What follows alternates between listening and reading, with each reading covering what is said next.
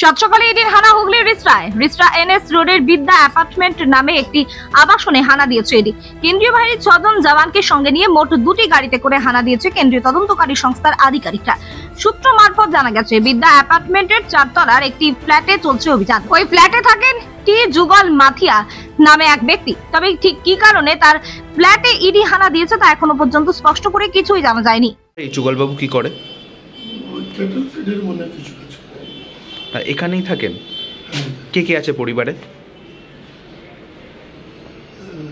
একটা ছেলে, দুটো ছেলে আছে, একটা ছেলে থাকে এখানে, আর একটা ছেলে আরো। কি দেখলেন ওপরে, কি দেখলেন? আমি তো এই বেরিয়ে এলাম, কিছু আমি কেউ বাইরে থেকে কেউ এসছে, মানে কোনো কি সেন্টার ফোর্সে কারা রয়েছে? হ্যাঁ, এমনি কিছু দেখলাম।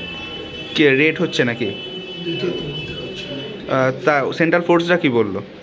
আমি কিছু জিজ্ঞেস করিনি ওদের, আমি তো বাড়ি থেকে শুনে বেরিয়ে